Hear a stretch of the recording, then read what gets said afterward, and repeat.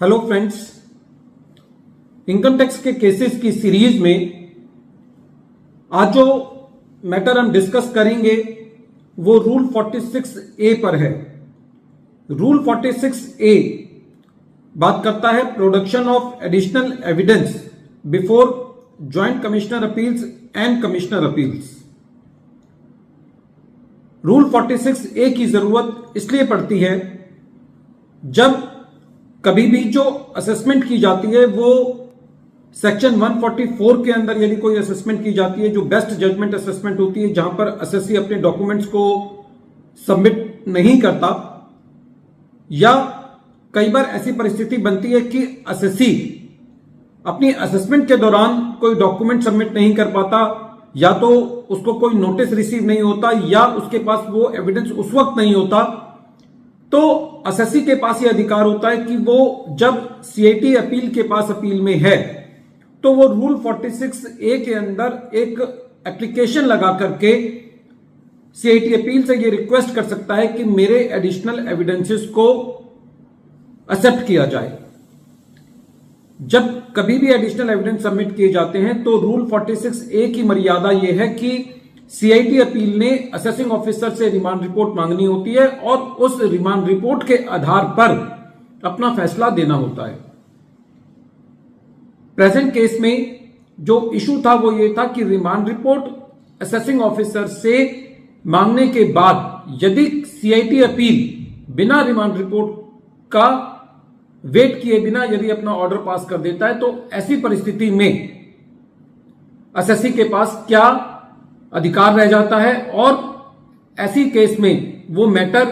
CIT appeal के पास remand back किया जाना चाहिए या असेसिंग ऑफिसर के पास रिमांड बैक किया जाना चाहिए। ये इशू जयपुर आईटीएटी की बी बेंच के सामने एक case Madan Lal Sharma versus income tax officer के केस में सामने आया। ये case 113 ITR tribunal short notes 42 पर रिपोर्ट हुआ और इस केस का जजमेंट 21 जून 2024 को आया। प्रेजेंट केस में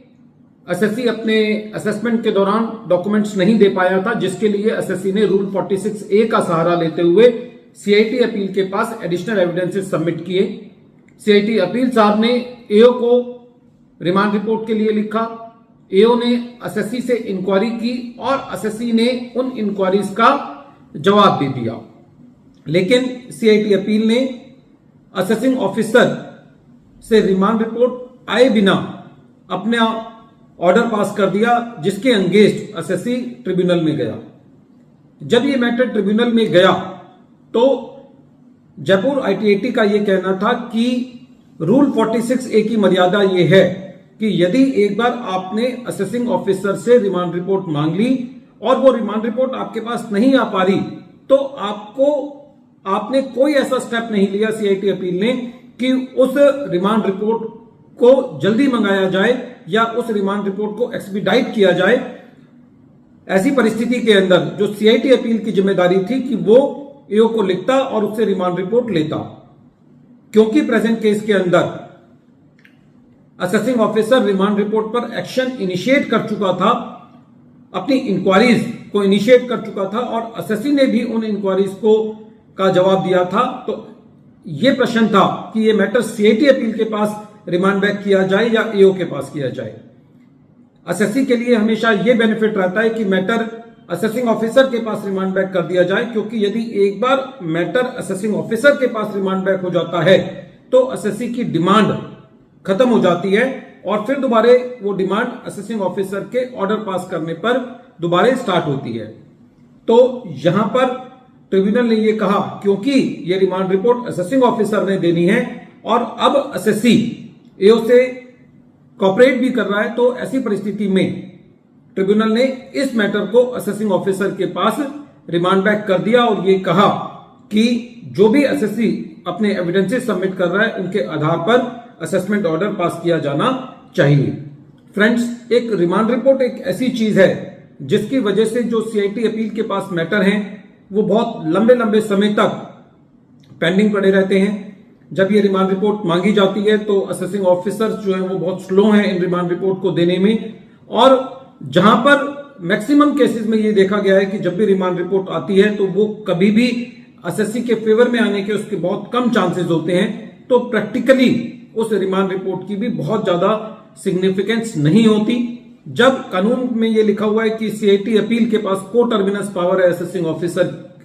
की, तो ऐसी परिस्थिति में यदि ये भी कानून हो सकता है कि यदि सीआईटी अपील ही भी उन एडिशनल एविडेंसेस को सबमिट कर ले और उन पर इंक्वायरी कर ले, तो एटलीस्ट ये टाइम जो है वो एसएससी का लिटिगेशन में बच सकता है। बहरहाल इस केस के अंदर जो मैटर को रिमांड बैक कर दिया गया असेसिंग ऑफिसर के पास एडिशनल एविडेंसेस को कंसीडर करने के लिए। वीडियो के अंत में एक बार फिर मैं केस का नाम रिपीट कर रहा हूं। केस का नाम है Madan Lal Sharma versus income tax officer और ये case 113 ITR tribunal short notes 42 पर रिपोर्ट हुआ। मैटर जयपुर ITAT की बी बेंच ने डिसाइड किया और इस केस का जजमेंट 21 जून 2024 को आया। Thank you friends.